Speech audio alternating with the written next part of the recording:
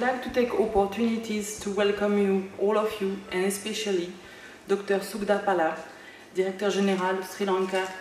It's a great pleasure to welcome you, and I'm delighted to have all the stakeholders of bank and microfinance institutions here today. So there have been a lot of renewable energy options have been explored over the last several years, and the importance of using renewable energy has become utmost important at this juncture. So the biogas is one of such technologies which have enormous benefits. We call triple bottom benefits for countries like us. And as technology, biogas has been used in Sri Lanka and many other countries for over the last several decades.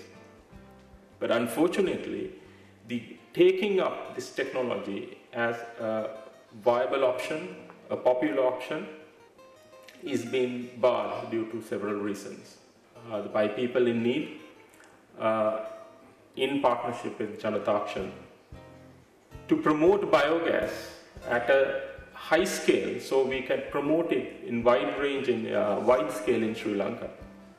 If we want to promote a technology in a country, the consumer or the end user should have the confidence that all the support system is around, so that the consumer has no fear of using that particular technology. It's like buying a vehicle. So one of the aspects of this project is trying to understand the capacity gaps and support different institutions to build this capacity. This is in partnership with Sustainable Energy Authority. We try to enhance this capacity building process that exists at the moment. And while we try to conserve energy, we have to make sure that the energy services demand by the future is catered for. That's one aspect. Secondly, as Lanka also indicated, energy security is one of the key problems, especially in Sri Lanka, where we are now depending more and more on fossil fuel. That this climate change issue is it has been addressed by looking at, of course, climate change, but more importantly, the other, the national priorities. Like as I said earlier, energy security is one of the sub-priority.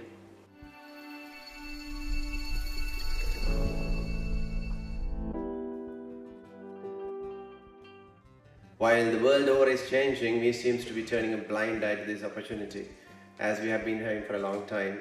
But like the Dr. Sugata Pala mentioned, the challenges are there, and that's what we are supposed to address. I believe this is a story of Cinderella. When I see the vision of the internal rate of returns, the ROIs, all those things, numbers seems to be missing in some of the analysis when we talk about huge subsidies, not only as a form of energy, but as a form of environmental management and as a form of fertilizer support, the soil condition and etc. So it is not just one-way street, one activity, one aspect. It has its multiple abilities, and all these things that we are seeing, the CPC losses, CB losses, fertilizer subsidy, 50 billion rupees by the government, but getting these eyes to open, this has been a real challenge. So we know we have made promises, we have not kept to them, we have not delivered, and we suffer as a result of solid waste mismanagement. If you want to make the economy go circular, you don't find a better process than a biogas process to do that, because our waste becomes an input to our own process which will give us energy.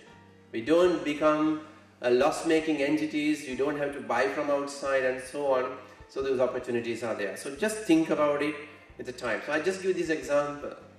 We have been stressing with this slide for a long time. So the situation is, if we think we put the pot of money to one point and let's say, okay, use this process, you have all three needs of three ministries, in a sense, needs of three of the society being met with one single investment. What can go into a biogas digester? Basically anything that can be digested. It could be animal dung, food waste, organic wastewater from factories, places like that, agricultural residue, market garbage, like for example we have a lot of market garbage in places like Dambulla, in the Manning market. So anything that digests can go into a biogas digester. As at now we have about 3,000 units in operation.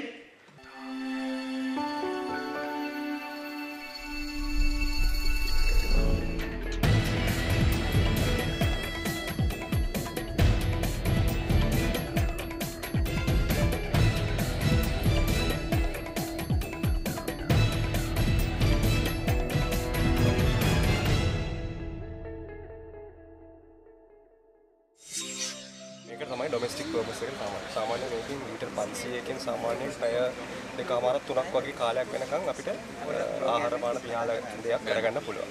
1000 ලීටරකින් පුළුවන් සාමාන්‍යයෙන් ගෙදර දැන් අර කෙනෙක් අපි customer කිව්වා වගේ එයානම් gas දැන් ගන්නෙම නැහැ. දාන ස්පෙෂල් කල්චර් එකක්. මේ කල්චර් එක දාන්නේ ඇක්ටිවේෂන් එකේ. මම කිය අර ගෙදරටම ඇවිල්ලා කරනවා කියලා. මේ ඇක්ටිවේෂන් එකේ වෙන්නේ ඇවිල්ලා නෝමල් බැක්ටීරියා එකම අර මම කිව්වා වගේ ඒක ඩබල් ත්‍රිබල් වෙනවා ස්පීඩ් එක. ඉතින් ඒකෙන් බර්න් වෙන percentage එක වැඩි මේ බැක්ටීරියා එක. ඒතකොට ගෑස් එක වැඩියෙන් හැදෙනවා. I was worked in a center about more than 25 years. Then during that time we developed a number of biogas methodology. Then later on we advanced this biogas technology for high yield technology. Actually my technology now we launched as BioUp, means upflow anaerobic protein filter. And it is a novel invention and we had a patent for this one. And we are doing in Sri Lanka as well as in India. So India is a country where they originate a biogas with high technology, but currently they couldn't beat up with our technology. That's why they invite us to do the technology there. Then so far we had completed more than 4 projects in India. Currently we are having further demand for this project. So first of all, actually we start 2004. Karapatiya Teaching Hospital, our first project.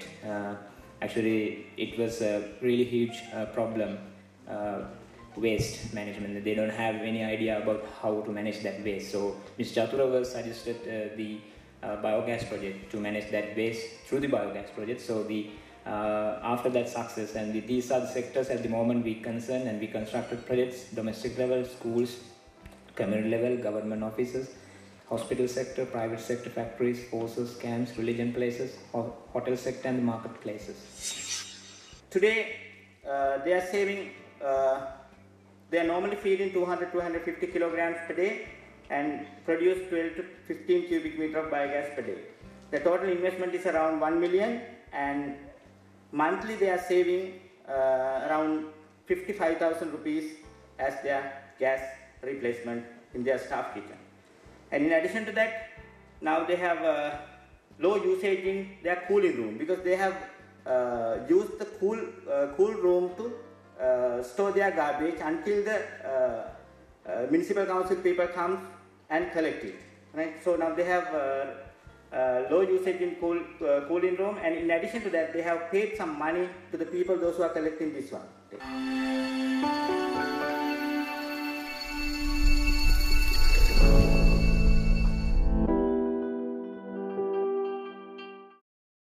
These are the things, biogas help poverty reduction ultimately because it reduces health cost because health issues and reduce fuel cost also you can see and many percentages and reduce fertility cost also and the increase leisure time. Those are the areas coming to increase the income. For example, if you look at the reduced health and the reduced fuel cost, it saving some money. So again there from fertility side, the better agricultural output equation, that's linked to the poverty reduction. And it's a good income generating activities for SMEs, even the household level, and time savings also, especially the rural village level household, the time savings. Then time savings and also they can use the children education at the family level, and altogether it's a good tools for poverty alleviation.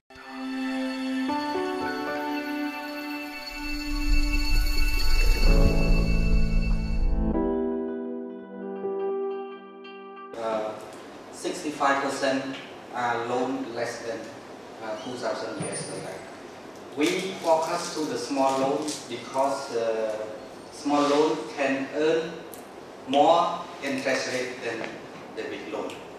So if we provide the big loan, so the commercial client they negotiate the rate lower, like 12% per annum or something.